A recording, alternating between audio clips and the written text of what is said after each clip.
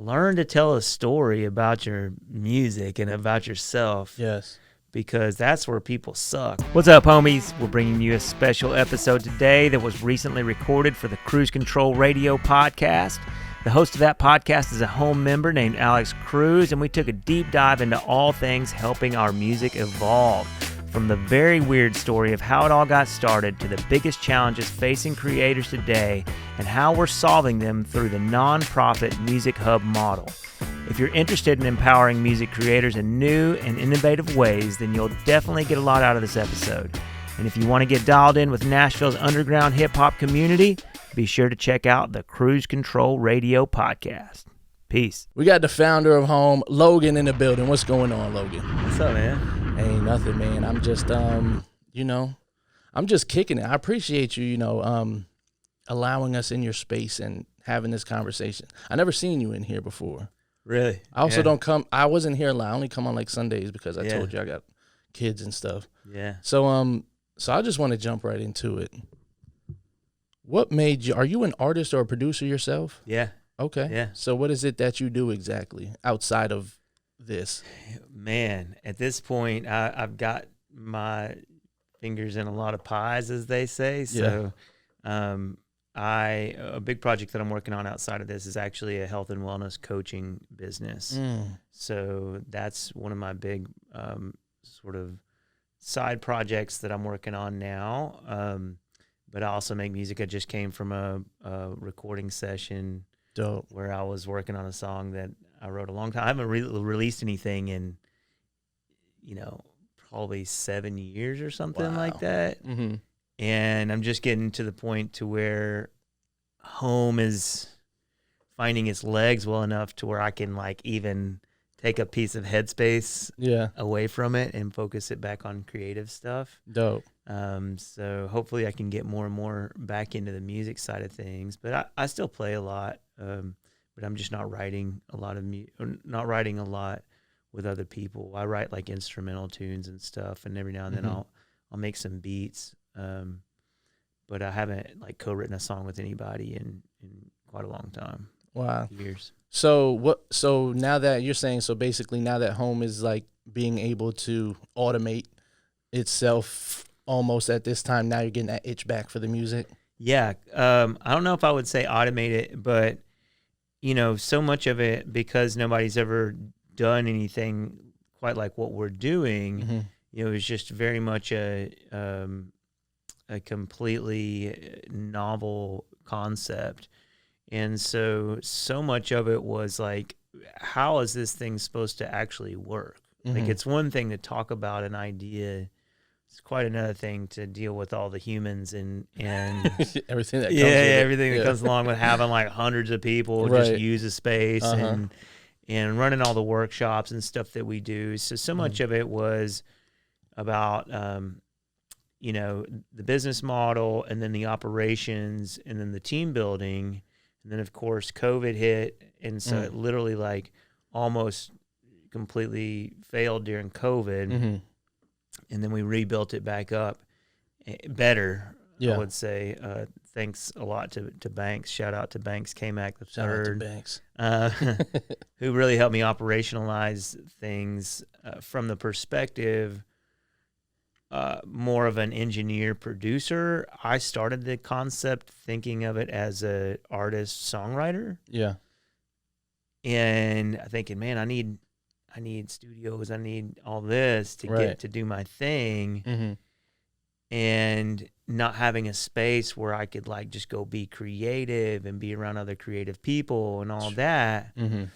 But then whenever you get into what we're doing here, giving somebody a key and giving them access to all the gear, a huge part of it ends up actually being training people and getting people to understand how everything works.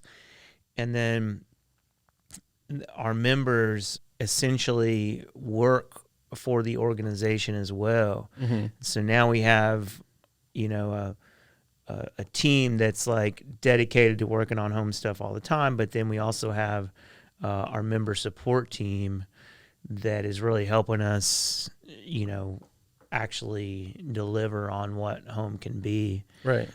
So yeah, it's not, I wouldn't say it's quite automated yet, but everything's becoming so clear and systematic for us that we know how it all works now, and we're getting good at running it. Yeah. But then we still have to look at, as it's going to grow, how can we get so precise about everything to where we could do this again in LA or New York or Austin or something like that. Dope. So that's kind of what the stage we're in right now is like expanding. Yeah, figuring out all the little tiny, crossing all the T's and dotting all the I's and having everything, all the data and all the systems and everything set up so well that we could realistically go do this again somewhere. Dope. So when you're starting this, when your initial idea came up about this, you said it was more like artist songwriting type of feel. That's the perspective I came from. I wanted to be around producers, but I wasn't like an engineering person. Like I had taken a couple production classes, but I didn't really know, I learned it all as we were going along. So building the studios, I learned about that. And then setting the studio up, a whole other sort of skill set to learn. Right. And then making it work to where everybody can use it, or at least the vast majority of people, if they have some sort of tech background, can come in here and very quickly get acclimated to what we're doing. Right.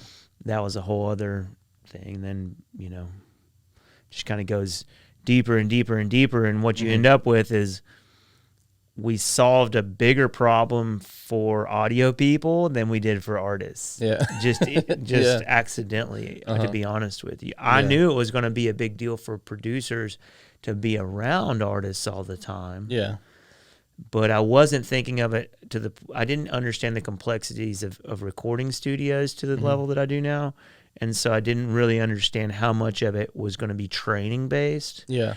And so it's almost becoming like this kind of trade school model where we're training so many producers and giving them opportunities to get hands-on with different artists and giving them gigs to work with labels and, doing all these, really out-of-the-box things where they can not only use these rooms, which is more like a rehearsal songwriting type room, but they can use the live room where we have a whole different system and can run the lights and the live sound and all Amazing that. experience, by the way. Thanks, man. People love when we had our show here. They were like, we'd never been to a show like this. Nice. And it's crazy because a lot of people know about home, but they don't know about that what event it space. is. Yeah, it's really it's tricky because again, nobody's done this. So they go, well, what is it? Is it a studio or is it a venue or is it just like a networking event? Like everything, and it's like, well, you mash all that up together, right?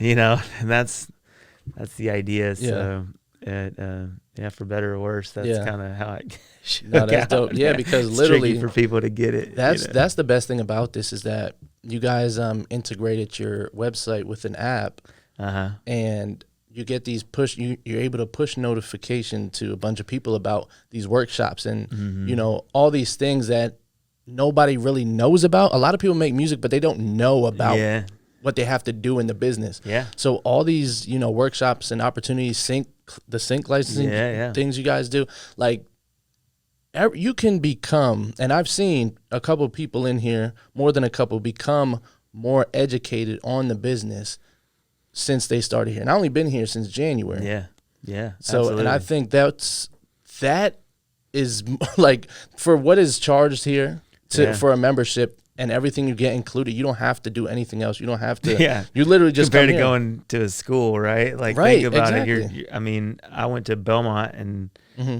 spent tens upon tens of thousands of dollars, to get access to stuff like this and to learn from music industry people. And I'm not saying that like it's a substitute for a degree, but I think the reality is that if you're an artist, you probably don't need to go get a degree. You need to make music. Yeah.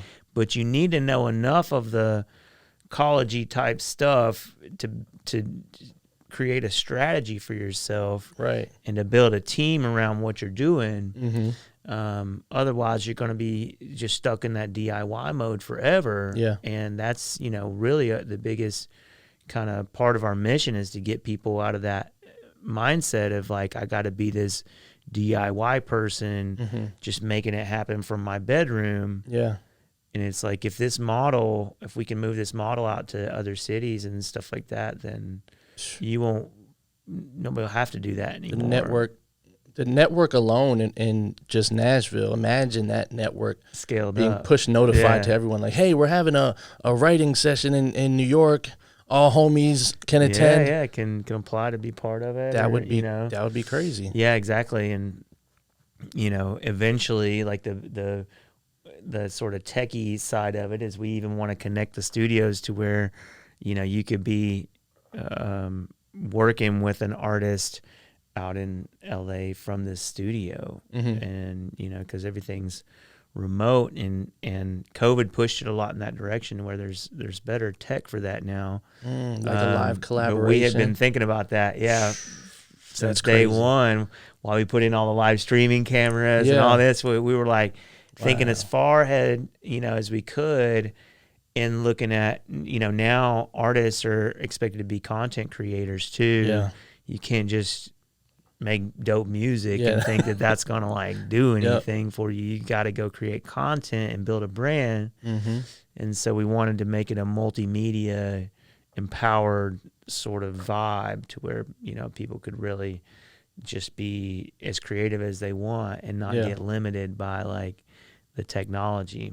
But that's a main thing, because people would go and get like a Scarlett 2 and then, one of these $100 mics, and then they'll put some like egg crate on their wall or what, and they're like, they're like, yo, we're doing it. But it's like that only lasts for so long. Like people would be like, oh, I hear started, you. But when you want people to hear you and buy into your brand, is when you have to update. And instead of buying all the equipment, I know those speakers alone are pretty expensive. So it's like you could just come here and just get everything you need. It's plug and play. What I do, I bring my laptop and I plug this into my laptop. Good to go. Yeah, exactly. We tried to make as many different options to where we can accommodate. Okay, this guy uses Logic on his laptop, and he's going to just want to do this. Okay, this person's like, making music on Ableton, and they're, going to want to do this. And this person's tracking, a big band in Pro Tools, and they're going to want to do this. You guys got this big the snakes and all this stuff, man. So we made it just thought through so many different scenarios, and that was like literally the first couple of years was just going, is this going to work? And then COVID happened, and we're like, oh, all bets are off. We're all gonna die. We were like, well, if we do make it through, we'll just spend all this time getting super nerdy on all of our systems, and if we make it out, then we'll have everything really streamlined, and that's basically where we're at now. Is everything kind of, we know how it all works, and we've got answers for all the hardest questions. Now it's really putting the sort of finishing touches on some of the stuff. My particular passion in all this is education and mentorship. Okay. So I believe that, if you can learn, and you can learn from other people that have achieved things that you haven't achieved, then that's really what's going to make the difference. It's like having a space is dope. And especially, again, if you're a producer, engineer, it's like mega dope, right? It's a whole business for you, just like, here's the key. It's your thing now. But what I see is, we've got so many sick artists in Nashville. And, of course, we have members from other places too. But, just looking at Nashville, it's like making dope music is not the problem. It's not. It's not the problem. There's making it sound good and look good and all the things that they don't have, and the business side. The business side, getting strategy, getting your music heard by people. And that's really where I see people sucking at it. They suck at marketing. They suck at figuring out how to really make sure that they're at least taking the steps to build a team. Yeah. You know, that may look different for different people. I don't think every artist needs a booking agent, needs this or that. But everybody's trying to do way too much, man. Yeah, everybody, all the artists think they need a manager, and they come to me like, "Hey, what? There's nothing to manage." There's like, no, to can you just like make money for me? I'm like, it's like, no, because money what am for I doing me. Yeah. So yeah, I know. Yeah. So that's you get the it. big problem. So, you know, big part of what I'm working on now is thinking through the educational component and boiling down the stuff I learned at Belmont and all that. We've literally hosted hundreds of workshops by insanely talented and experienced industry professionals. And I'm taking all that stuff that I've been, you know, gathering and absorbing for the past, you know, I guess I've been in Nashville for about 9 years now. And boiling it down to where I'm like, what are the most important things that people need to know?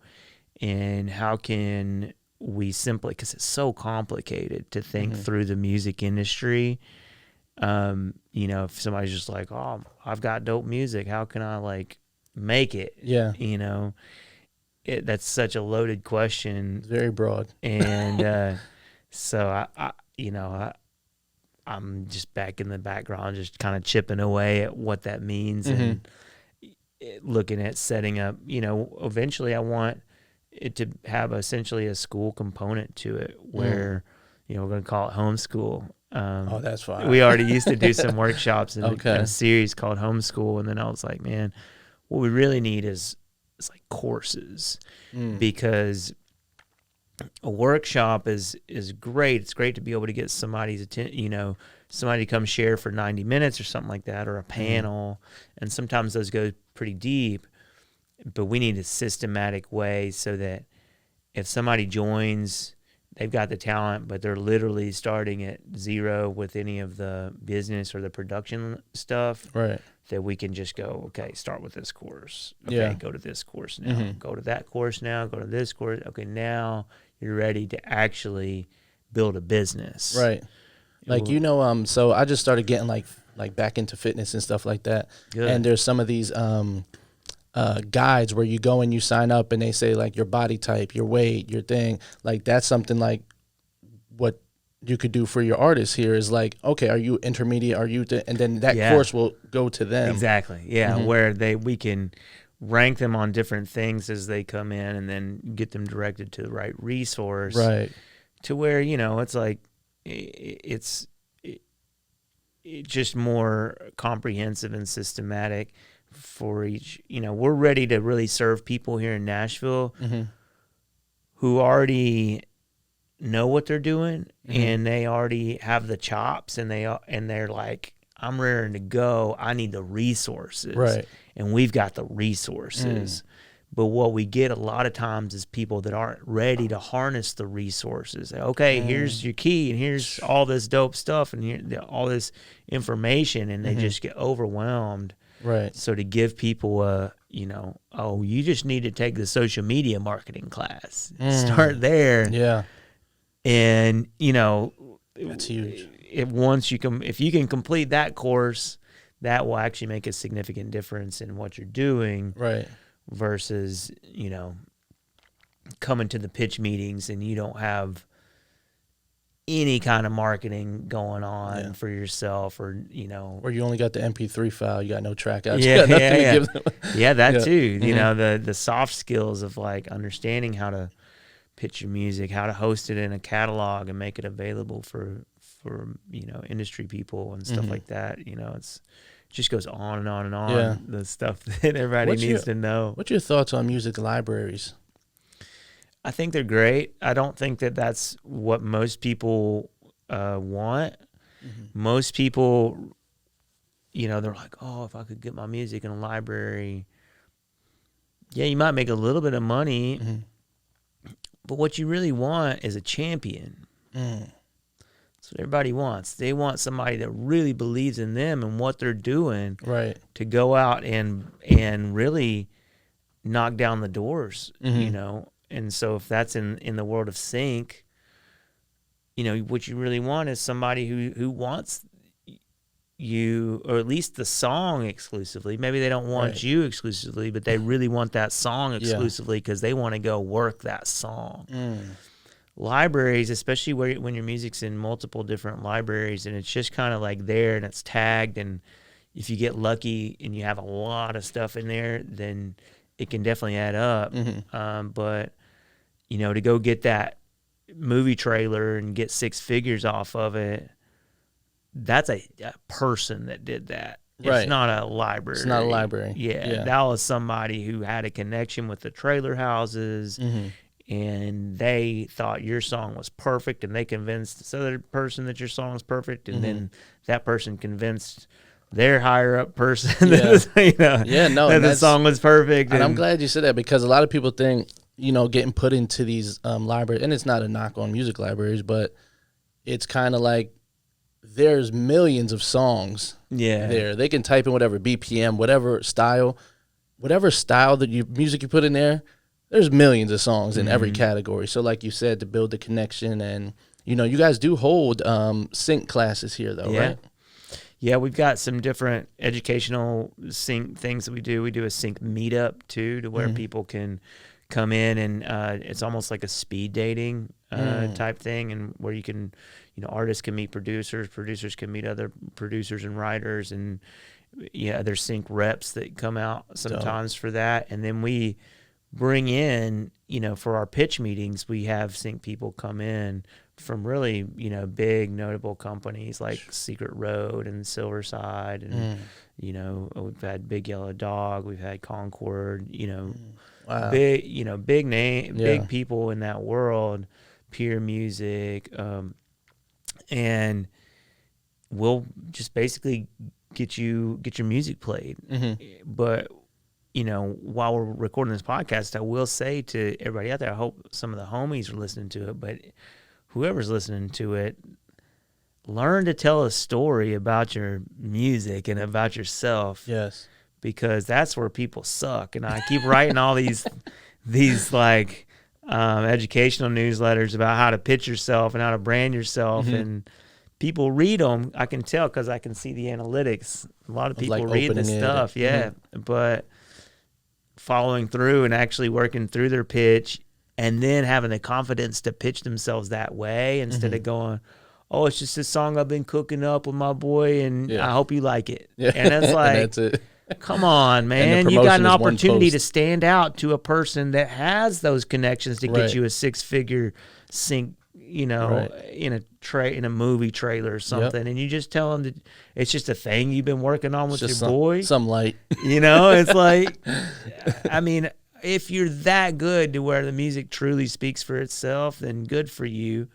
But trust me, there's, that the bar is very high in Nashville for excellence, and so much of it's about relationships and them going, oh, that dude really believes in himself. Maybe this isn't the song, but that person like really thinks they're dope. Maybe I'll check out some more stuff from them, or I'll follow them on Instagram or whatever, because it starts in here, man. If you don't really believe it, nobody else is going to believe it, man. Listen, if you're a producer, a music artist, or an entrepreneur, and you have a service to sell, you gotta use the new platform I'm on, man. Listen, it's called Innadot. You go to innadot.com/Cruz, and you can get your membership today. So cheap, only $20 a month. You could build your own website off of it, sell your own merch, do a proud to pay system on there where somebody can pay for whatever they want to pay for on there. Literally, the sky is the limit with this platform, so make sure y'all check it out right now. Innadot.com/Cruz. Listen, the link is in the description, in the bio. Make sure y'all tap in, change your life. Oh, and also the biggest part about it is you get sync offers. So if you're an artist and you're looking to get your stuff on Netflix and TV and radio, different type of things, tap in and get your stuff on sync licensing. You get plenty of deals to up to $100,000 per deal. So make sure you tap in, $20 a month, tap the link. Let's go. And people can see it on you. Yeah. Like how you carry yourself. They're like, I don't know if this guy's ready for it. Yeah. Mm-hmm. You know, like, oh, he's making good music, but he seems super shy. And like, I can't really picture like walking him into a label or something like that. And making you look bad. You know, and for better or worse, that's how these people think. Mm-hmm. And you don't have to think that way these days. You know, the DIY model is a real thing. It's just a crazy amount of work for anybody to truly DIY, where you're recording yourself, you're mixing your records, mastering yourself, distributing it, doing all your own marketing, doing all your own content. I mean, I'm a really productive dude, and that's an insane workload. Right. Not to mention people have to figure out how to pay the bills in the meantime. And that's the big part. So, you know, we really try to encourage people to think about, you know, things like a team. And it's like, okay, your boy over here that's doing photos and videos, and that's his specialty, you know, he needs to put a little coin in his pocket too. He needs experience working with more artists so he can build up his portfolio. Right. You like each other, give him some money. You know what I'm saying? Yep. I know you think you don't have any money, but this dude probably doesn't have any money either. And that's right? how it is. So there's like, always something that's worse than what you got going on. Yeah. But just knowing that it's your business, you got to invest in it. Yeah. And people don't want to treat it like that. They want to treat it like a hobby. I'm just going to grind out by myself in my bedroom. And, you know, there are rare occasions of that working, but it's very, very rare. Yeah, because you need, especially like when you're falling off, like if you have a team, there's somebody that would say, hey, maybe we should try this. When if you're doing it by yourself, you're so stuck in the way you're doing it that it just consistently not working, and you have no idea how to get out of that. You're hitting the learning curve over and over and over again with every new skill set. And so what you're really saying is that your own time isn't very valuable. If you're not willing to pay somebody else to help you that's already gone through that learning curve, what you're saying is, I'm going to push through and learn it myself. And now I'm guilty of this too. Like I'm one of those people. I'm a jack of all trades, and I'm like a bunch of different instruments. I know enough about music production to be dangerous, and you know, have done video, I've done photos, and you know, learned all these different things. But what you'll see is that the people who achieve greatness in any field, they have a team of people around them helping them.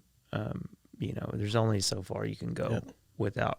So it's a bridge you got to cross. Right. I guess is what I'm saying. You might as well get over it sooner than later. You got to take a chance. Start taking feedback from other people. You know, get your, like I said, take some of your money that you're spending, you know, going out or whatever on weed and alcohol. Yeah, and put it in your guy's pocket that's doing video work, or somebody that will help you with your social media marketing or something like that, because that's what I see over and over again is, you know, those things are just, people are falling down on those things so hard. And, you know, they get stuck in just this little cycle of spending all their time and their energy and their money on their music and not building the rest of the business components that have to be there to make your music successful. Right. So yeah, no, and that's really what it is taking that chance with, you know, people, because I had Virtues over there. Like, I met him doing a podcast at someone else's event, and like a year later he hits me up like, hey man, I'm trying to get into that space and all that, and I'm like, I could have been like, nah, we're good, but I'm like, let me see. I do need help. Yeah. So let me see. And it turns out to be a great thing. Yeah. So you have to take those chances, because a lot of people just feel like, oh, this is my thing. Like, I don't want anybody to mess up my thing. But I say you got to take that chance, because you never know. Thinking. Right. Yeah. Exactly. And that's a lot of that in Nashville, I feel like, because a lot of people come here or are born here and they want to be that person that excites the world from Nashville. Yeah. But when they're doing that's why I came. Where are you from? Arkansas. That's so random. Yeah. What happens in Arkansas? Nothing. Football. No, not even. I mean, people would hate on me for saying that, because it's like the Arkansas Razorbacks or whatever. But Like, I don't know. It's not, So what I brought was you? never big on sports, so it never. Okay. Although I did go to that school for You several did? years. Yeah. Oh, wow. Okay. Mm-hmm. So what brought you to? You look very young. I Thanks, thought, man. when people say founder, I think it's gonna be this old guy. So you come in I here. turned 41 next week. Really? Yeah. Wow. Yeah. You don't look a day over 35. Thanks, man. Yeah. Definitely in the 30s. But no, that's good. And that, like you were telling me about getting into the health field. Mm-hmm. Is that something you would want to expound Elaborate on? Yeah. Sure. So my fiance was diagnosed with an incurable autoimmune disease. And the whole journey started because of that. Okay. And I've got a background in like personal development and mindset, and that's how I've been able to achieve the things that I've been able to achieve. And I believe that most of your sickness, most of your challenges in life in general start up here, actually. And so I was like, look, here's what they told her.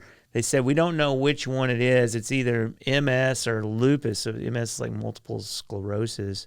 Lupus, both of those are not things that you want at all. So nobody wants those diseases, obviously. But what they told her was, don't change anything. You'll have to get worse before we can tell you exactly which disease it is. So you have to wait until it Gets becomes threatening. worse. Yeah. I was like, that's ridiculous. That's crazy. Let's not even put a label on it. Let's just work on your mindset. Let's change our eating habits. Let's do all these things that I know have helped me become healthier. I used to teach yoga and fitness and things like that for people, and meditation. So the goal was to get her really working on these life practices that I knew would make her healthier. And that really was the beginning of it. And as she started getting more and more focused on this health and wellness journey, she found out about Ayurveda. And Ayurveda is it's the ancient medical system from India. So it's kind of like Chinese medicine, but it's actually older. They say it's at least 5,000 years old, Ayurveda is. Wow. And there's over 1 billion people in the world that use some different kinds of Ayurvedic treatments and remedies and things like that. But it's from ancient India, and it's still around, and it's their go-to system for treating people's health over there. And she found out about that, and she actually went and started a master's program in Ayurveda. Wow. And so I started becoming her guinea pig on all these different treatments, and I was blown away by how much better it made my skin and my complexion, and it started making me look younger. It will help you with stress. It'll help you with your digestion, all these different things that, and it's completely different than the traditional, like, holistic health world of the U.S., where so much of it's about what's good for me is also good for you. So if I said, okay, vegetarian diet's best, that's assuming that we're the same, which is the problem. So in Ayurveda, it all starts with coming up with your unique constitution, which is a picture of like who you are, what your body type is, your age, everything about you. It's like a 150 question questionnaire that we use to get started with a client. Wow. And then we can look at the specific things that you have going on.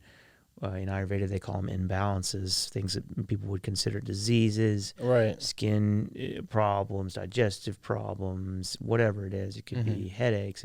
Literally, it's like a holistic picture of you and what you would need to bring yourself back into balance holistically. And so it starts with your diet, but there's a lot of other like self-care routines and things like that we use. Wow. And when you say this is something that's already like being built and like you. Yeah, it's called Nashville Ayurveda. Okay. And it's already up, NashvilleAyurveda.com. Wow. We're redoing the website right now, if you guys hear this in the future, it'll all be done, but if you hear it soon, bear with us because we've got a lot of really cool stuff coming. We have another educational newsletter similar to the one that I do for home, but this is for health and wellness. It's called Ayurveda Life Design. You can find that at ayurvedalifedesign.com, and that's all up, and we publish at least a couple of times a month on that one. It's a little bit more complicated to write those out, and it's definitely takes longer than my music one. For sure. So we're working on that, but our main thing is health coaching, but then we're gonna have a course. Again, I'm all about education. If you can learn things at least well enough to understand how to strategize your way through your challenges, then that's basically it's just so important. That's dope. And then we're gonna be doing retreats too. So we're going to be taking people to India to get real Ayurveda treatments. And we're also taking people to to Thailand and to Bali. Wow. So these are the 3 places that we've identified it's from India, but Thailand has a pretty good, Ayurveda scene, for lack of a better term. Yeah, like it expanded from India. There's people over there doing it that we found that are running really cool Ayurveda resorts. They have really good Ayurveda doctors and doing the different treatments and stuff like that. Same thing in Bali. They have a few good places. So that's crazy. So do you have kids? No. I was about to say, if you got kids and you just doing all this, man, this is insane. Yeah. So how long did it take you to learn about this new health practice with your fiance and all these things and come up with the business? Her master's program was 3 years. Okay. And I've been just learning it with her. Yeah. And my side of it is more the mindset and the coaching and the implementation. Her side of it's more of the health and going through the questionnaire with you and identifying, coming up with a custom diet plan for you, and all these all the other sort of nuances. There's herbs and things that you can choose to use that have been these herbs have been used in India for thousands of years and things like that. So how is she now that she's been doing this? She's in great health. Wow. Yeah. That's crazy. Yeah. So I'm just trying to think, because it's kind of the same thing as home. Like you said, you try to, you find out what you're good at, you bring it here, and we figure it's literally the same thing, but for health and then very for music. Custom. Yeah. Yeah. I like to really try to create custom solutions for things, because if you're just going and trying to jump into a market that other people are already doing, doing it the same way that they're doing, then you're literally opting into competition instead of creating new opportunities that didn't exist before. So that's my main thing, is I want to be an artist with my business. I don't want to just go, this is how everybody else runs a studio. I'm like, how could a studio run if we did it, with all the new technology, and we just make it to where you could just book sessions with an app on your phone and do all this other stuff. 24/7 access is insane. That's why I was like, yep, I'm signing up. Cool. This is it. Yeah. Because you never know, like with podcasts and everyone's schedules. And it's crazy because this is like for producers, artists. But when I came, my one homie had a rehearsal here. And then like 6 months to something later, I see it again on an ad. An ad came up on my Instagram, and I seen it. That's I'm me like, running that. That's you. So it's working. Good. So I seen it. I'm like, yo, this is the same place. You can't tell. You can look at the metrics, but it's hard to trace back people's full experience, because you heard it from your homie. So I'm sure when we asked you, how did you find out about home, you probably answered him. But then the touches that you get from the ads and things like that, you just never know how that factors into to see exactly bringing where somebody around at the right time and all that. So that's where it's like I came in as a podcaster / content creation, because I see this place and I'm like, this is exactly what I want for myself. Cool. So instead of going out and you know, at the time where I can't financially do it for myself, there's something available to still make it work for me. Yeah. The bizarre thing about how we put all this together is that there's hardly anybody that can afford to do this. Yeah. The way that it was all put together, because it was a partnership with the owner of the 615 community. You know, and he already had this part of his building that needed to be remodeled, and he didn't really know what to put over here. So he ended up putting like $1.2 million into the build out to rehab the space, to get it to come together. And we put a couple $100,000 in it too. So it's like a $1.5 million project. Wow. And we're giving out keys for less than $100 a month. Literally. You know, and it's like, that's a bizarre thing to think about. Like, how is that actually working? But it's working. It's very promising. That's good. So how did you meet the guy or girl from Center 615, or how did that all happen? That's a funny story. It was very strange how it happened, because originally I was looking over here on the 700 block.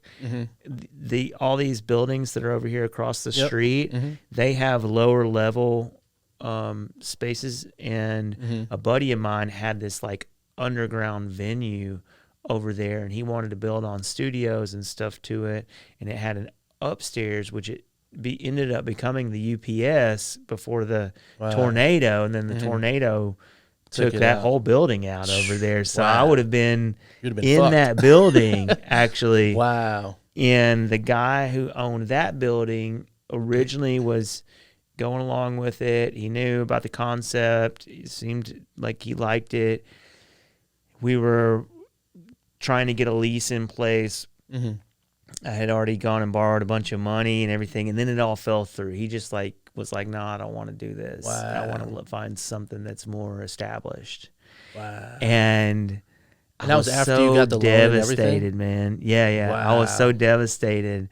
But then again, with the mindset, I had done so much mindset work that in the back of my mind, this voice was like, there's something better out there. Just get up, go look. Yeah. Like get off the couch. Don't sit there and feel sorry for yourself. Go have faith and believe that this is meant to be. Yeah. I really with the whole concept, just a sort of side tangent real quick. You know, when it came to me, it felt like the biggest moment of inspiration that I've ever had. Wow. And as an artist, you know about kind of like channeling inspiration, channeling songs and melodies and stuff like that. But this hit me like, you know, just this ton of bricks that came down on me whenever I had the idea. It was like, whoa, that could be amazing. Right. And so I had this sense of like there being this bigger purpose behind it, is what I'm saying. Yeah. And I like to believe that, whether or not, you know, you're a spiritual person or believe in these sorts of things, good. But for the listener, maybe you're not. You know, I would say like living as if certain things are true causes you to behave in certain ways. And so because I believed that there was a bigger purpose and that the right person was out there, I got up and I happened to come over here to Center 615. I didn't fully understand what was here. And this part of the building wasn't on the tour at all.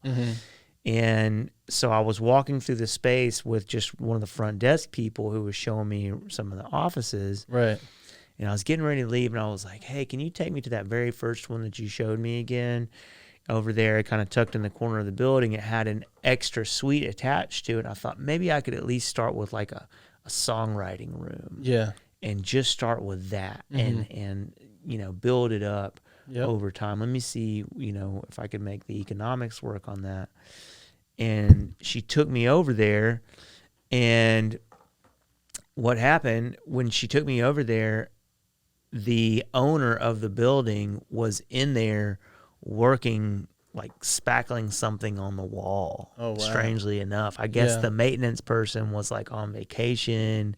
Yeah. You know, like so this guy shouldn't be in here like with a tool belt on spackling the wall. He owns this building's 50,000 square feet and you know, smack dab in East Nashville. It's like, it's worth a lot of money. Yeah. And he's here doing the groundwork. Yeah, he's here literally just like working on the wall.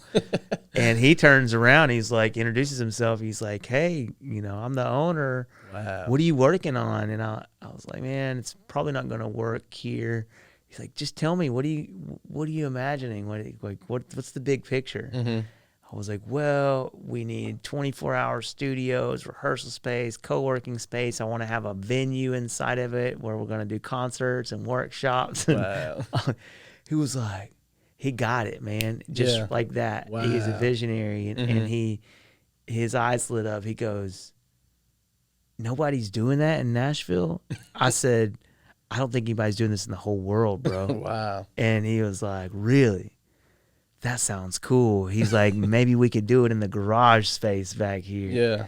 And immediately we hopped in his truck and drove around to the back of the building where this part is at. Mm-hmm. And we walked through here, and it was just nasty old maintenance garage, Nothing. No HVAC, no electrical, no plumbing, no, it was just, it was really like rough, man. Wow. And that was like, it's certainly big enough to do it, but I don't know how much money it would cost. Right, to turn it into. The rest is history, as they say. Yeah, that's crazy. So, and how important that is that you're saying that is, you were almost, well, you weren't at the point, but you were at home like, this sucks. Like, but you said, let me just go and try and see what's over here. And turns out the owner's cool as shit and says, hey. Perfect timing. Yeah. Why is he down there spackling the wall? Why is he so excited? I'm getting goosebumps because this is crazy. It is crazy, man. Like, it was a perfect situation. I always felt like this whole concept was just meant to be. I was like I was the person that received the message or whatever, and I was like, okay, it's my time. I can do that, I think. I have no idea how I'll ever be able to pull all that together, but it seems like the perfect solution for the problem that I was experiencing as a new Nashville creator who I was real smart, business savvy, real ambitious, but just didn't have the resources, And so that's where the thinking came from. I was like, what if all the resources were just in this like nonprofit membership thing, and you could just go in there and you had dope studios and you had, a bunch of other dope people to collaborate with, and all that. And that's a big plus too, is you come in here the first month I came here, I met about 5 people that were able to, see what I was doing and give me information or help me out. Nice. And somebody, what's his name? He's gonna hate me for that, but he runs the UMC. Oh yeah, Gerard. Yeah, I met him, and he's actually from where I'm from. Oh really? In Pennsylvania. Yeah, No I'm like, way. what the? Yeah, so it was like, okay, I'm supposed to be here because I haven't met anyone that's from where I'm from. So it's insane. So then, moving forward, being able to make the connections and having that event, and how Banks came that night.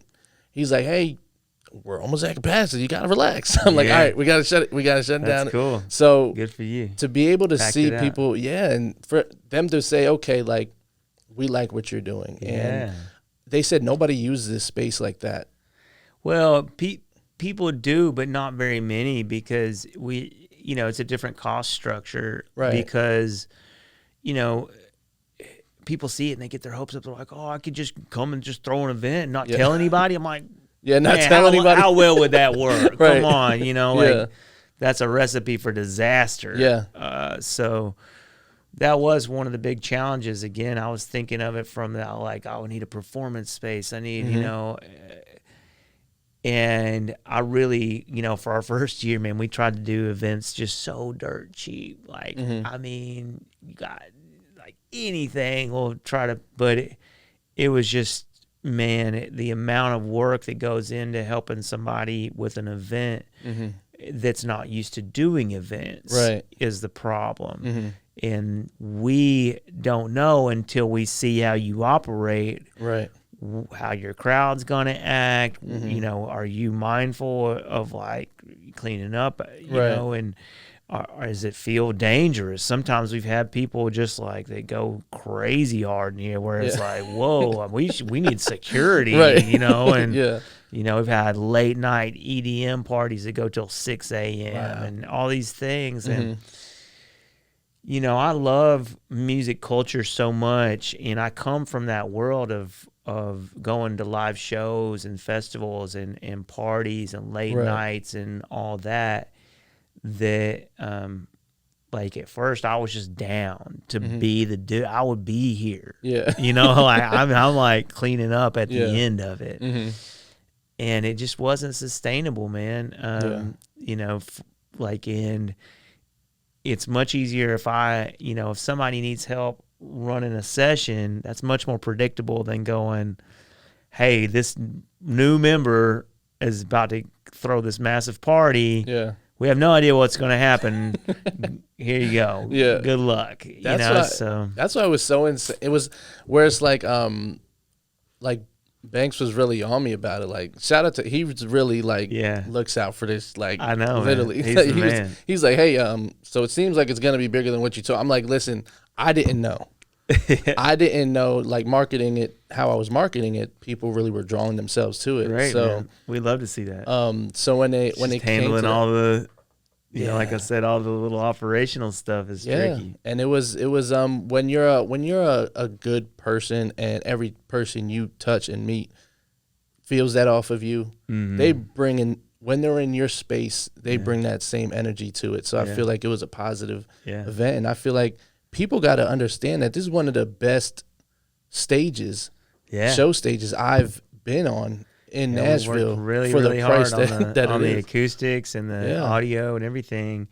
I wanted to make it a place where I would, you know, want to come create, and to where, you know, we're in a serious music town. This isn't, you know, people aren't playing out here like, you know, production companies got, you know, storage facilities with millions of dollars worth of gear and stuff in them. And, you know, to be able to say that, okay, I know how a lot of that works, and I know how you're in the game at that point. You know, you're not on the sidelines anymore as just some indie, you know, person that doesn't have a real vision of like what it takes to put a big show on, and what it, you know, we're not like the biggest showroom by any means, but we're a great way for people to really get their feet wet and go, okay, now I know what it's like to promote and get, you know, 300 people, you know, here. And if you can do that and you understand the big picture of, you know, what all it takes to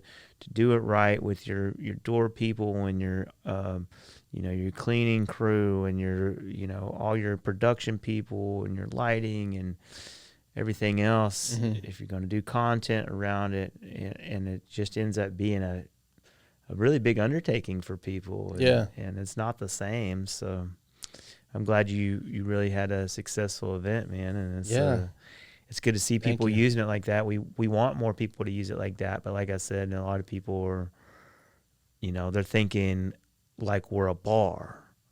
Like, why are you charging money? I hear this all the time. Oh, I can go down to East Room and pay $300 production. And well, why do you think that is? Because they're selling booze, man. Like, that's the only reason that works. You just paid their sound engineer, and the house takes all the sales from the bar. And that's not the way that this works. Right. You know, this is a membership space. Yeah.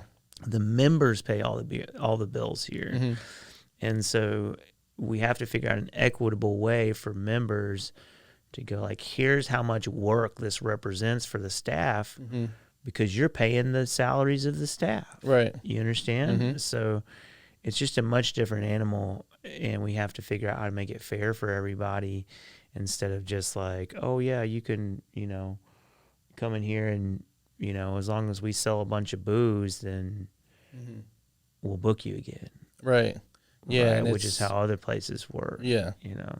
And honestly, it's like, for what is, and I understand like tech and all these, so when I see it, I'm like, like people don't understand that it's worth what you're getting out of it. Yeah. Having, you know, everything that's available in there, and having the staff on hand to help you while you're doing it. Like, literally, I don't know. I'm really going to be pushing home, and I've been to people like when they come here, I'm like, hey, did you ever? And I give them a tour around. They're like, wow. And I give them a little paper over there with the price sheet on it. Yeah.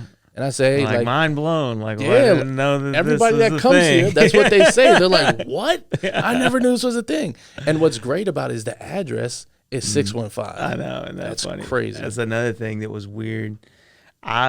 Strangely enough, when I met the owner, I was living at 615 Skyview Drive over here in East Nashville. That's crazy. And yeah, it was bizarre. And then while we were building, my fiance was going to real estate school and became a real estate agent. Mm-hmm. And she started working for this company called Village Realty, and her office was at 615 Woodland. Wow. And so at one time we had 3 615 addresses. Yeah. So all at the same time. So when you started here, was that one 615, your home and her office? Yeah, we're all 615. That's crazy. At the same time. Wow. It was pretty weird, man. So you have your own podcast that you're starting. Uh-huh. Can we talk about that? I'm a few months in. I think I've got 7 or 8 episodes out right now. I started it again. I'm dedicated to doing all this educational stuff, and it was like, okay, now's the time. Obviously, we've thought about it years ago, but I never really felt like everything else was working well enough for me to go do a podcast. Right. It was like I got hard problems to figure out. Yeah. And now it's like we figured out most of the hard problems, and now it's really about making it scalable to where people can find out about it in really kind of easy ways. And I think of the educational component as like the top of the funnel for our members. So that's marketing speak, saying that that's our first line of how people find out about home is, in my vision of where it's all headed, they'll find out about it first, by trying to learn about the music industry. And they go, oh, wow, okay, once I get to this level, I could be in Nashville and have access to this space and all these people where this is really going down. Or I can be in LA and be at one or whatever, because that's really how it went for me. Is like, first I realized, wow, I know how to play music great. I suck at the music business.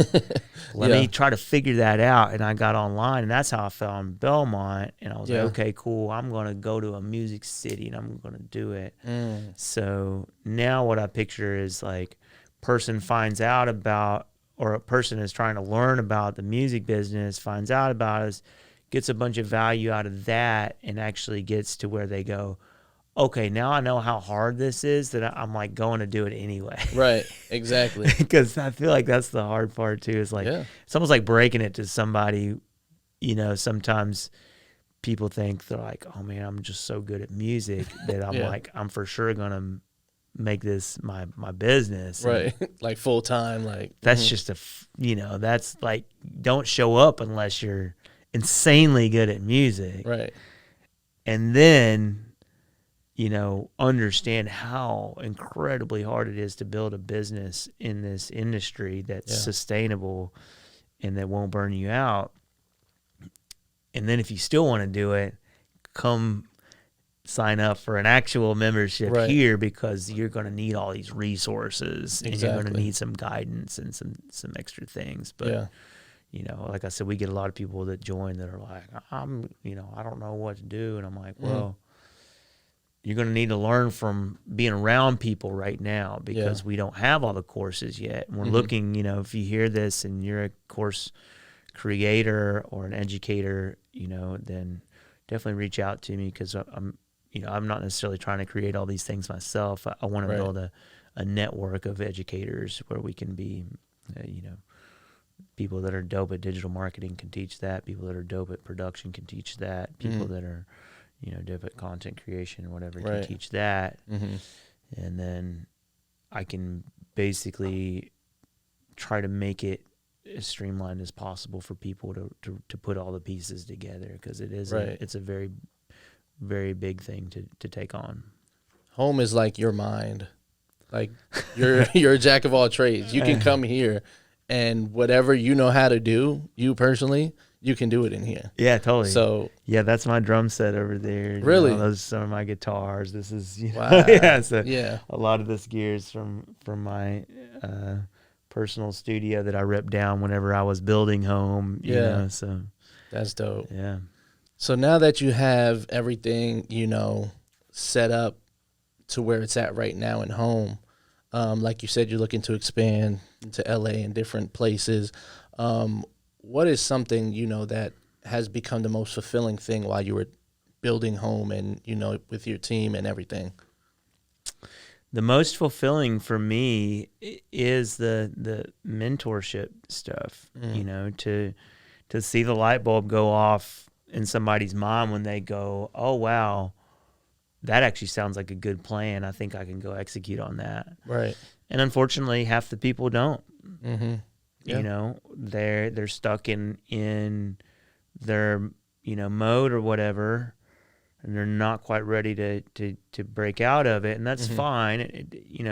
That's normal for people. It's like you're literally having to push yourself outside of your comfort zone. And, you're going to have to email somebody that's real important, or you're going to have to, get like all these different things. You're going to have to think of a way to pitch yourself, like I was saying, where, you stand out from other people. And, but that probably is the most fulfilling thing for me. I mean, obviously it's very fulfilling to see it all come together, and to hear about the connection, all the stuff that goes on without us doing anything, because it's a community. Right. So much of the value, like you said, you've already met 5 other people or whatever that have helped you in different ways. Yep.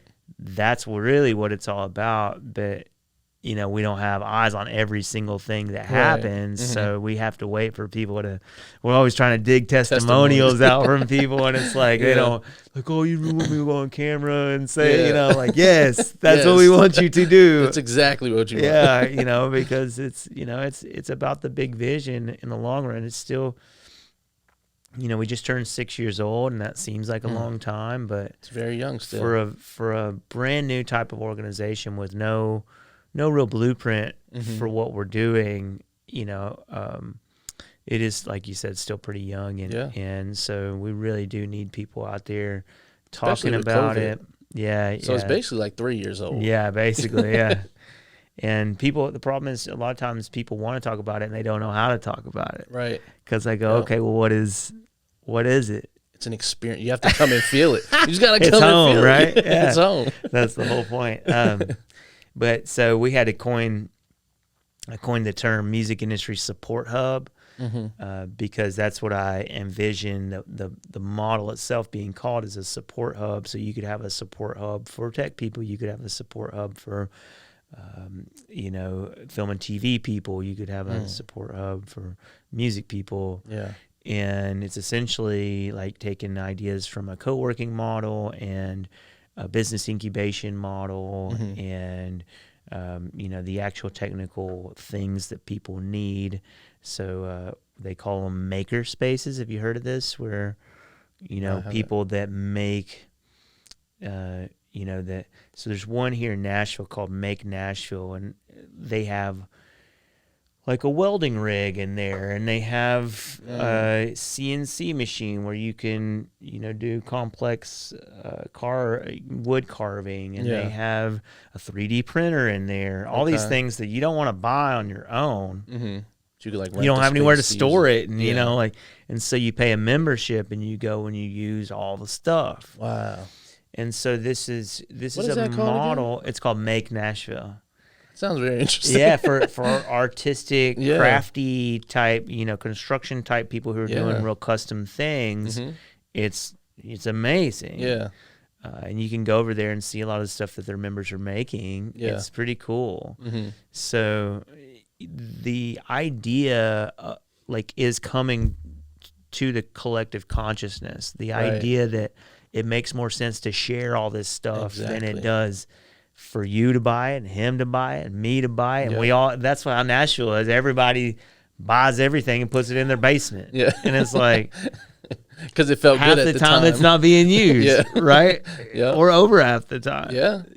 I built a studio in my basement, and we didn't, I had partnered with another dude. He brought in a bunch of gear. I paid for the acoustic treatment, and we did all this stuff and, sunk thousands and thousands and thousands of dollars into it, and then hardly used it, man. Yep, because life gets in the way. Yeah, because most of what you're doing realistically, again, it's business stuff. Yeah.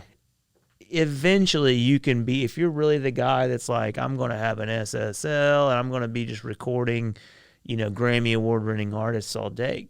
Awesome. Right. That's a thing. Like that is a destination for a very select few people where they're just making records all day. Right. But most of us that are really leveraging home are essentially entrepreneurs. Right. You would consider yourself an entrepreneur. Sure. So in my mind, home is a place for entrepreneurs, but most music people don't know that they're entrepreneurs. They don't know that they have to be. They don't know that they have to be. So again, it comes down to like, okay, how do we describe it? So I was like, it's a hub. It's a hub of activity, a hub of learning. Yeah. It's a hub of creativity. It's a hub for studios and hopefully that, that catchphrase or whatever will make it out into people's consciousness so that whenever you go, hey, do you know this music hub over here? And somebody goes, oh, yeah, I understand what that means. Whereas right now, what is a music hub? What? Yeah. And then you can kind of like break it down further into its components or whatever. But it is tricky to explain it to people, and it's a miracle that we've grown mostly by word of mouth, to the and that's the best way. People don't know how effective that still is. Yeah. Like ads, yes, definitely run ads and all that stuff, but word of mouth is very much more powerful because they're getting a live testimony. Yeah. Like saying like, yo, you heard that song I just did? I recorded it here. Yeah. Or you seen that video I just shot? I seen that event I just did? Yeah. All here. Yeah. So I think what you got going on here and the whole team, like this is an amazing thing for artists or creatives alike, because I did a photo shoot here. I do photos here. I use the space for everything. Stuff, yeah. So whatever you need, you can come here and use it. Yeah. And so literally, it's the best thing that I've invested in for my career. So I think a lot of people should definitely jump. And I'm not just saying this but that's really how. And Virtues knows he's been seeing what's been happening since we've been here. So cool. It's definitely on the up. So. Yo, so it's Swayze the Kid, 1/4 of Cruz Control Radio. I need y'all to do me a huge favor. Go to youtube.com/Cruz Control Radio. That's CRUZ Control Radio. I need you guys to hit that subscribe button. And if you want to do me an extra favor, extra credit, go ahead and turn on the notifications so that way you'll get alerts to our newest interviews, the latest content, and some exclusive material. And also, if you can like, subscribe, comment, hate, do anything, just don't be a creep. Do me a huge favor on that one. So once again, that's youtube.com/Cruz Control Radio. That's CRUZ Control Radio. And let's hit that subscribes and notification. Stay. If you want to let people know how, they can get in contact or how to reach out and, become a homie or anything in that nature. Yeah, we call our members homies. So you can become a homie at homefrommusic.org is where you can learn about the nonprofit organization that is helping our music evolve. And then my educational newsletter is at homie.news. So homie stands for helping our music industry evolve. So that's the name of my podcast. Okay. Yeah. Okay. So it's the Homie Podcast. That's fire. So you can find that at homie.show. And because word of mouth is, so important, that's why I like to have these short, quick little ways that people can share it. And they go, I can remember that, homie.show. Right. I can remember homie.news. Right. And hopefully you can remember homefrommusic.org, or you can just even type in Google like Home Nashville, and it should be the first thing to pop up too. Yeah. For consumers now, it's like we got to make it the most easiest thing. They hate getting off of an app to go to something else. Yeah. And that's where I'm like trying to figure out that space. Like the consumer is very picky now. Yeah. Yeah, everybody expects tech to work and to be fast, and then it's like, that's definitely one of our big challenges is streamlining all the tech. It can get really bloated really fast with all the stuff that we want to have For people, like I said, we want to have courses. We're having online events. We want everybody that, we have this online membership too, to where even if you're not here, you can get access to these pitch meetings, and you can get mentorship and things like that, get networking connections. And that's been a monster of a thing to figure out and make it to where people just don't get frustrated and go, oh, it's garbage, or I'm going to go do something else and not use this. Because a lot of people don't know why they're doing what they're doing. Yeah. And that's the main thing that I'd say we have to figure out is, why are you feeling like you need this service? Why are you feeling like you need this? And I feel like that's self-awareness is something that people need to understand. Absolutely. You don't know what you don't know. Exactly. Yeah, and that's one of the big challenges. It's like people go, oh, I know how to make awesome music. Okay, cool. Step one, check. And that's it. Out of 1,000. Yeah, and now you have 1,000 more things to do to actually turn that into a profitable business. Yeah. And that's really what we're here doing is helping people do that. And, that's what my newsletter's about too. Like I said, I publish that every Wednesday. It's free to join. You can go to homie.news and jump on that. We have the online platform that's at homeformusic.app. So we're really working to build it. Like I said, make it as easy as possible for people to find out and steadily just work their way through. First, the educational stuff to where, oh, wow, there's a lot of stuff that I didn't know. I didn't know how the sync worked. I didn't know really that much about music production. I didn't know all these different things that these industry people that I bring on my podcast can help people learn. And, if they still want to do it after they hear how hard it is, then move to Nashville. Let's go. And we got a home for you over here. So that's dope. And I heard at the when they had a storm, a couple of people got stuck in here, and they were like, we were able to survive in here. We're just chilling because they couldn't get out. Oh, really? Wow. Yeah. So they had the 24-hour 24/7 access. Yeah. So they're like, we couldn't leave. So we stayed here and created, and that's it. That's great, man.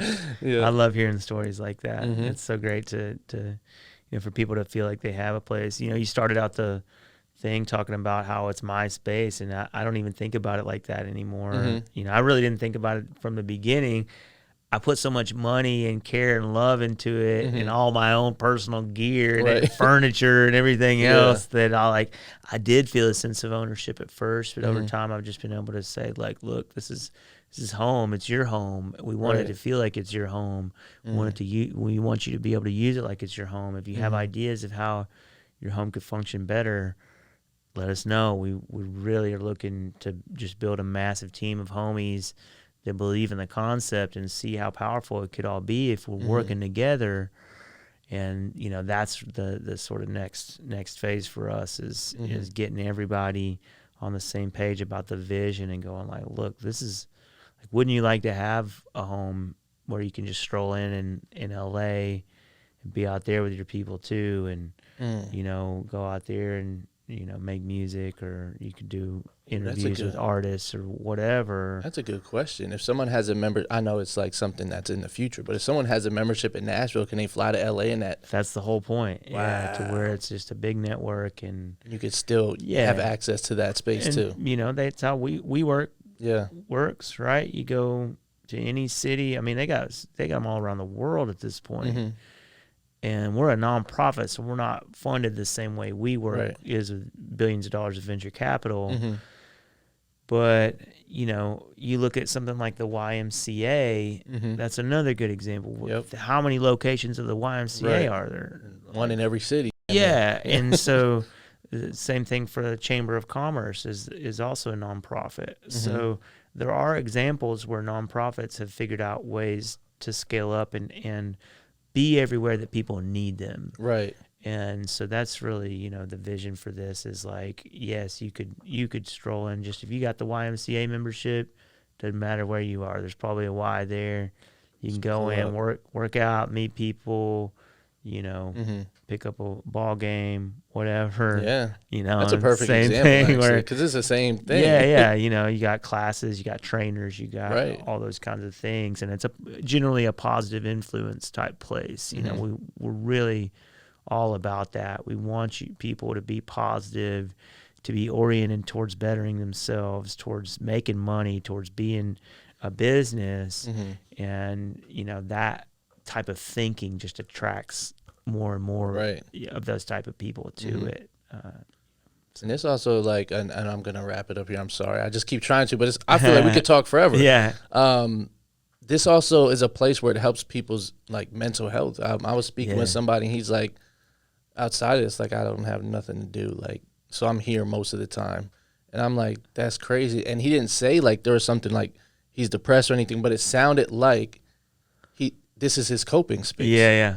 So it's more than just like, it's a home. Like you come here for your space where it makes you comfortable, it makes you relaxed. You cope with anything you're dealing with. You could come here and forget about it. Yeah, you got people that are, like I said, going to be positive. They're going to, try to show you a way forward if you feel stuck. And that's so big to just have a culture like that, because if you can get that mindset, get all that, we call it stinking thinking, the negative self-talk where you're just in a funk or in a rut or whatever. And sometimes that can last for months. Sometimes it lasts for years for people. And to be around an environment that is positive and is about growth and helping each other, it's mega powerful for people. Yeah. No, that's dope, man. I do appreciate your time. This was shout out to you being our longest podcast episode.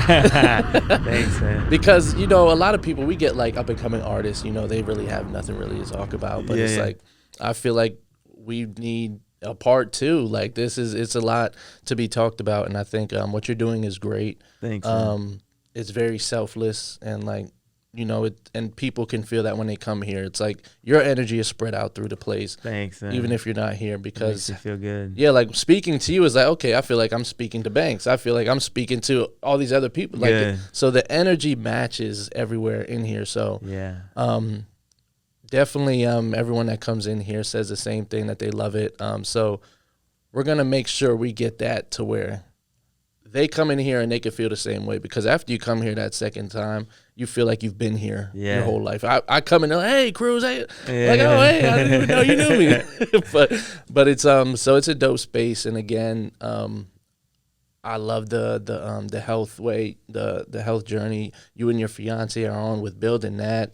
You're in a position, God put you in this position to help people at a mass amount, and I feel like you're taking that and you're fulfilling your purpose. Yeah, man. So that's what it's about. I do appreciate that, man. That's what it's about. So make sure y'all tune in. Home for music, helping our music evolve. What is it? Home for producers on the Instagram. So it says Home for Music and then Home for Producers. What's the difference? Gotcha. So just what I'm saying. If you think about it, so people's attention span is so short. So if you're local, the best thing that you can know about home, if I literally get 2 seconds of your attention, it's like, oh, there's a bunch of dope producers over here. So you go, okay, well, there's probably studios. There's probably, you can extrapolate a lot of information from that. Home for Music's so broad that's the channel that we're going to be putting more and more educational content on. Gotcha. To where people don't muddy it up. They go, what? They're talking about recording studios in Nashville, but then they want me to learn about the music industry, you know, on this course or whatever, and I'm confused about how that all works. Gotcha. So this is something that happened during the pandemic. Originally, our handle was Helping Music, okay? And then I realized that a big portion of what I wanted to do was essentially charity. I want to make it to where this business model works and is more affordable for people than anything they could have previously imagined. Literally. And a lot of that's going to come from philanthropists, people that have money and believe in what we're doing and want to help. And so I changed that handle to the Helping Music Foundation, and we started a different little sidecar brand, if you will, where our goal is to raise grant funding for artists and creators and give them essentially like a scholarship model to where if you're a dope enough artist, we don't necessarily want you to pay to be a member. We want to pay your way and give you money on top of that to see what you can do. Right. Like show the people how to use the space and how you can make it bigger than. Yes. And that comes from raising money from philanthropists. Like I just don't got it like that. You know, sure. I was able to borrow some money to get it started, but I'm not like a millionaire or anything. I can't just like it is a business. It has to actually work. Has to make money. But with a foundation, the way it works is we raise money from outside parties, grants, people, like I said, that just believe in what we're doing, who may be music lovers who don't necessarily make music. And then we funnel that to the people that are making the music and do it in a way that is responsible and really holds them accountable to creating something great. Like, we're going to give you this money and pay your way through the program.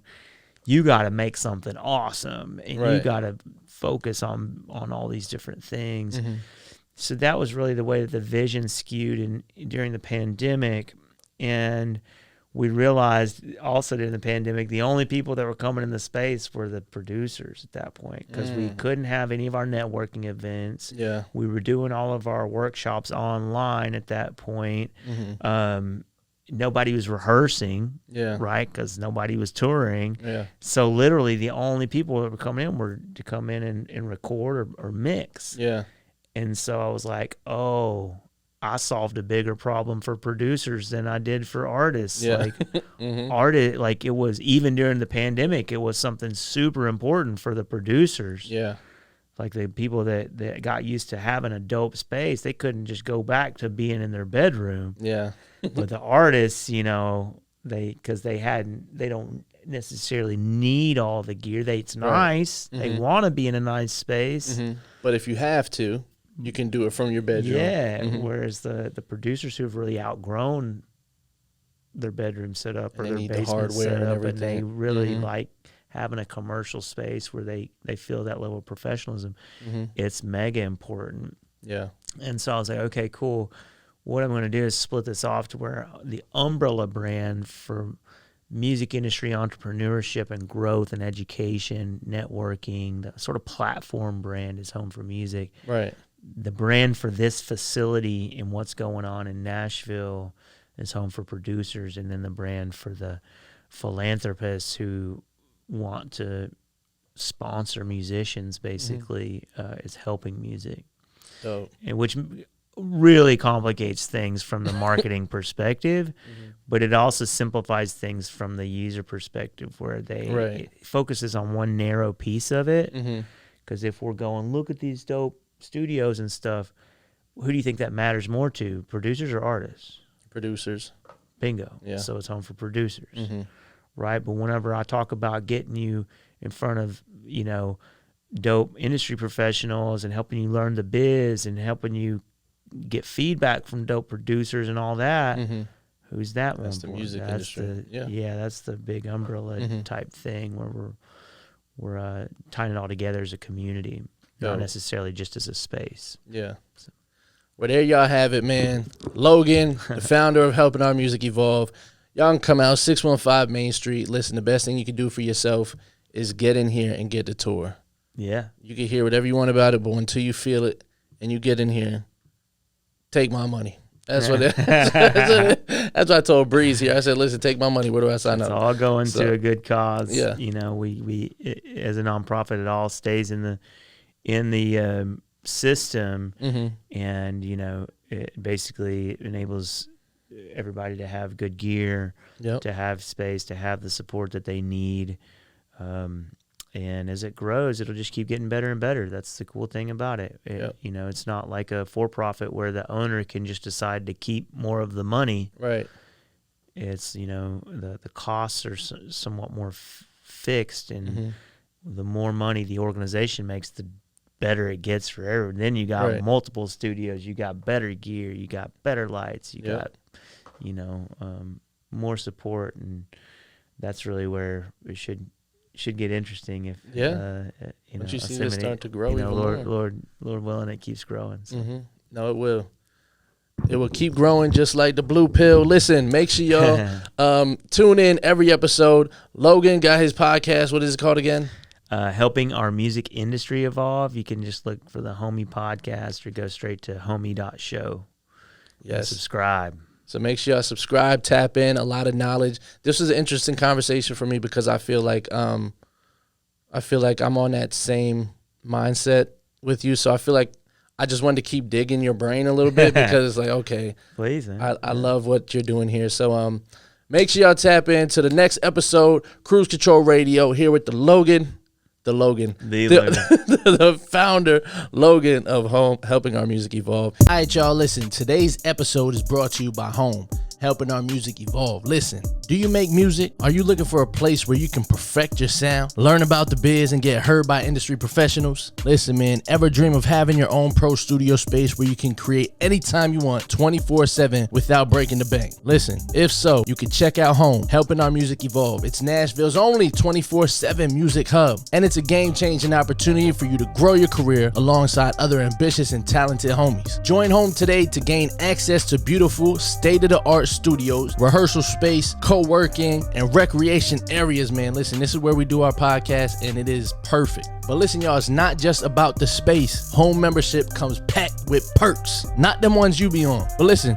you'll get access to monthly pitch sessions. These are incredible opportunities to get heard by who? Top music industry executives from labels, publishers, management, booking, and sync agencies. This is so important, y'all. Plus, you'll get support and feedback from high-level producers who know exactly how to polish your sound to perfection. And if you're not in Nashville, it's cool. My people out in Allentown, people in Pennsylvania, listen, it's cool. You can still attend pitch and feedback sessions, mentoring meetings, and exclusive workshops through Home's online platform. So listen, today, do yourself a favor, y'all. Go to homeformusic.org to learn more about how you can become a member of this vibrant community, man. That's homeformusic.org. Become a homie, and let's take over the industry together.